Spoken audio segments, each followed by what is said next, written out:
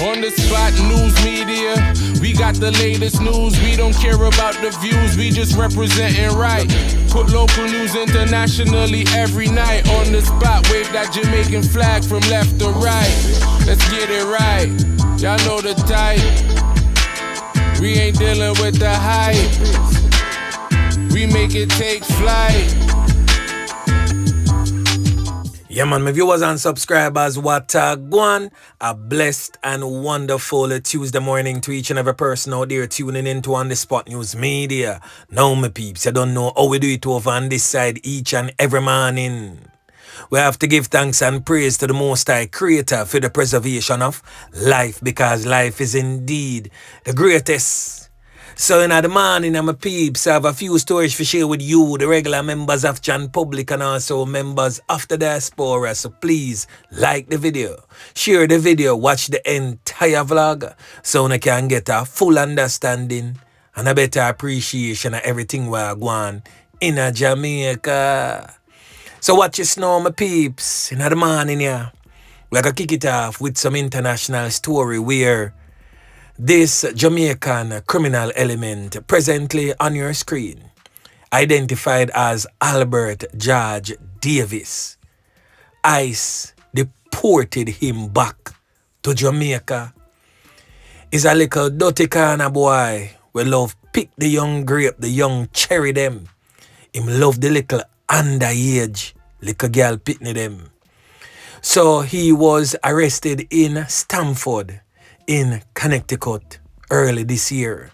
So ICE stated that Albert George Davis entered the United States lawfully on a temporary non-immigrant visa on June 14, 2020. The Jamaican authorities issued a warrant for this little nastiness for his arrest on the 1st of July 2020, alleging that him commit a hold on and take Panalica Pitney. So the US State Department subsequently revoked his visa, and he had been living in New England as an illegal alien fugitive until they took him in custody. Well done again to the ICE personnels. Yeah, man. They are saying that they're going after the worst of the worst criminals. And if one of our wanted criminal elements get caught in that dragnet, then kudos to them for that. Yeah, man. Now, the next thing that we are going to talk about internationally is coming out of the state of South Dakota, where a Jamaican has pleaded guilty in the United States District Court in connection with a long-running scheme to defraud a California woman. Now, the Jamaican man has since been identified as Dwayne Anderson, 35 years old, said to be from the parish of Hanover, Jamaica. He pleaded guilty to a federal indictment and was extradited to the United States in 2024, where he has remained incarcerated pending trial.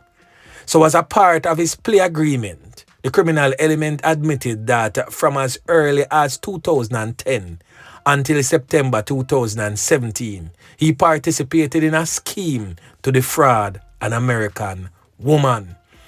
Allegedly using phony names, the criminal element contacted the victim by telephone, text messaging, and email to falsely inform her that she had won millions of dollars in a sweepstakes. He persuaded the victim, who believed his false representations, and sent money to pay various purported fees and taxes associated with the sweepstakes. He also instructed her on how and to whom to send these payments. Now, he stated that the victim paid the proportion fees, losing more than up to 180,000 United States dollars, but never received a penny of the so-called winnings. Now, the criminal element is the latest example in the department's ongoing efforts to combat these kinds of foreign-based schemes and to hold those involved accountable. So to those criminal elements in Jamaica who is wearing being a scammer as a badge of honor, watch out, man. One by one, you will be taken down. Because most of you when you get the liquor free money, you pump the monies into criminality in our country. Boy, I tell you, my peeps, the thing rough, but anyway, back to local style. Now in yesterday's vlog, I made mention of a man who lost his life in the community of Porus in Manchester, who has since been identified as 33-year-old Orion Kelsey. Now this is Orion Kelsey, presently on your screen, but more popularly known in the streets as Bad Bush. He hails from Good Hope in Porus, Manchester. Now the police reports suggest that passers-by stumbled upon the lifeless body sometime around 11:40 a.m. on Sunday, that is, and alerted the authorities. The police team was dispatched to the scene, the area was processed and the body removed to the morgue. The knockings and clappings continues in Manchester. Yeah, man. Now the next update that we're going to talk about, my peeps, is coming out of the troubled, war-torn, crime-riddled Kingston Eastern Police Division. Surrounding the fatal knockings and clappings of this old dirty corner boy, presently on your screen, identified as Kiman, Foreman. Now I carried a vlog outlining how the police them did have to nyam him food and broke the plate. And as to the reason why the police them did have to nyam him food are leading up to the confrontation is that Kiman Foreman and his cronies take with this brother here presently on your screen, 75 years old, Leslie Roberts. Take him away from him house and the people them can't find him. Now it is with great regret to state to you this morning that he was found by the police search party and residents of his community. Really, really sad now, my peeps. Now, Leslie Roberts hails from a place known as Bito. That's just after you pass the Cane River community and continue going up that roadway. It's a quiet farming community, and Kiman Foreman and his criminal counterparts would always prey upon the livestock from that farming community, as they would always go into the hilly terrain and set traps and catch the cattle and goats and whatsoever livestock that they have roaming in these areas, feeding themselves. They would catch these livestock, especially the goats, and take them away and sell them. Now the community members would normally go in search of their goats when them can't find them and stumble upon these traps. So they would take away the traps, and that would have gotten Kiman Foreman and his criminal associates furious. Now that particular farmer would basically speak out against the ills that has been perpetrated against them by Kiman Foreman and his cronies. Now, when he was taken, police got word of what had taken place and went in search of the man. And to their surprise, they stumbled upon the likes of Kiman and his cronies, resulting in the fatal knockings and clappings of Kiman Foreman and one of his criminal counterparts. Now, Leslie Roberts was found in a shallow grave in an advanced state of decomposition. 75 years old. And the only thing that this man was guilty of is to speak out against the ills being perpetrated against the farming community by Kiman Foreman and his criminal friends. Boy, may I tell you, my peeps, the thing rough and a them old dirty kind of boy, yeah. The people them a say on the spot news media for try with. Not at all. Not under my belt. That will never happen. As long as uno continue to perpetrate these type of crimes against the masses, the regular members of Chan Public, the only thing that on the spot news media will say that should happen to you is the very same thing that is met out to the regular members of Chan Public by your hands. And I stand by that 110%. Yeah, man. So I want to take the time out to offer our most sincere condolences to the bereaved families and friends of 70-year-old Leslie Roberts. Boy, may I tell you, my peeps, the thing rough.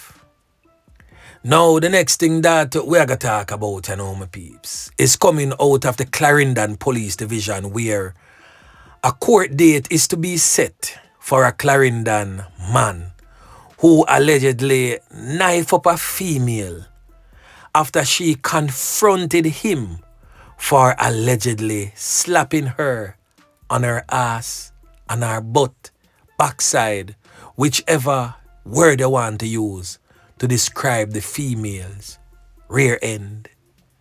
Now the Clarendon police have charged the criminal element, 31-year-old Horatio Henry, said to be a construction worker off New Road in Thompson Town. He has been charged with assaulting the female, indecent assault and assault at common law.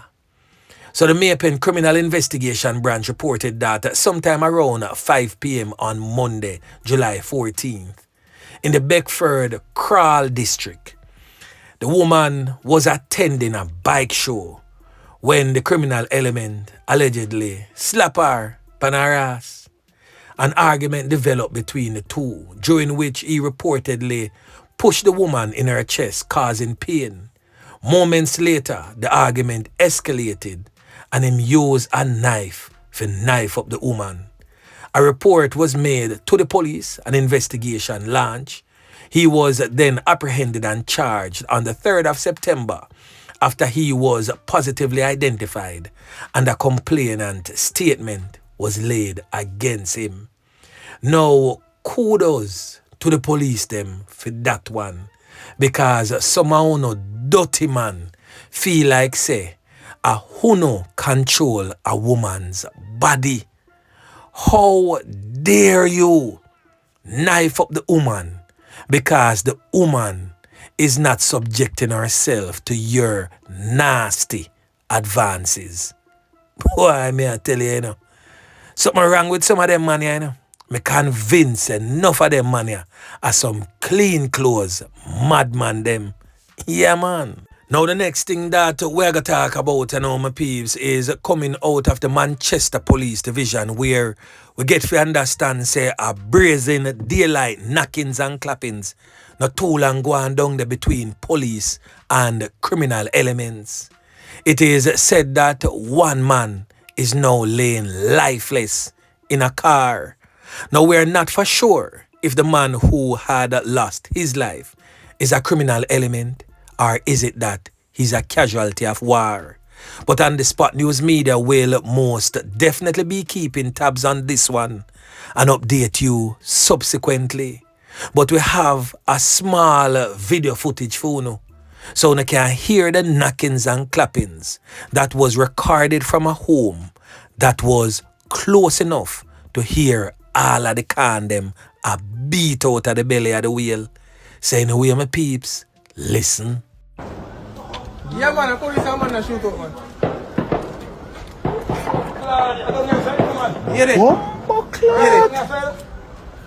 Now that as it relates to that, and I will give you more updates on that. Yeah, man. Now the next thing that we're going to talk about is coming out of the St. Elizabeth Police Division, a place known as Tartan in a St. Elizabeth. Where on Sunday, something really sad happened. This man, presently on your screen identified as Toto, end up lose him 3 pints. But the events surrounding him losing his life is a really sad one. Now it is stated that Sunday, him and some friends were at a bar having some drinks. Preferably the drink of most Jamaican drinkers' choice, the good old Rhea Neville. Now it is stated that the crowd was cheering him on to take shots after shots after shots. Rah! Shotty rum. Rah! And he basically healed to the challenge placed before him and taking in the rum. Rah! Now it is stated that he got to a point where he was really drunk, never knew himself, and stagger away and drop down at the bar. Now persons just feel to say him just drunk to that level where he piss up himself and drop down. So they assisted him outside of the bar and left him on the sidewalk. It is stated that they piled bottles, empty rum bottles, right around his head. And someone went on a TikTok live to basically make fun of the man. It is stated that he lay there motionless. And at one point in time, he asked for help, was complaining that he was cramping and hurting from the stomach really bad. No one offered to help. Everyone was on their TikTok and Instagram live trying to garner some likes or some taps and roses. Whilst he was laying there suffering, they all left the bar to include the bartender, which was the one that was on her cell phone videotaping everything and making fun of it. They all packed up and left the bar, leaving the man same place on the spot. Now the following morning, somewhere, somehow, word got out that he was still there, laying down. The person that controls the premises was contacted, and they attended the spot and saw that the man was laying there motionless. The police was contacted, and upon their arrival, they discovered that the man had passed, no longer among the land of the living. Now this is a classic example with friends like these who need enemies. Points to note, this man is said to be of unsound mind, not one of them madman there, but we get to understand, say, everything no screw in too tight, you know? So, him no 100% collective in the upstairs. But he was there with persons who he considered his friends, and they all watched him pass off without lifting a single finger to assist him. But instead, they mocked, they jeered, they went on their TikTok live to get likes, whilst he was laying there in pain until he met his demise. So my peeps, a valid lesson to be learned right here. With friends like these who need enemies. Yeah, man. So anyway, my peeps, remember to like, share, subscribe to the channel. Stay tuned to On The Spot News Media as I continue to bring you fresh news and updates in subsequent newscast. On The Spot News Media. Yeah, man.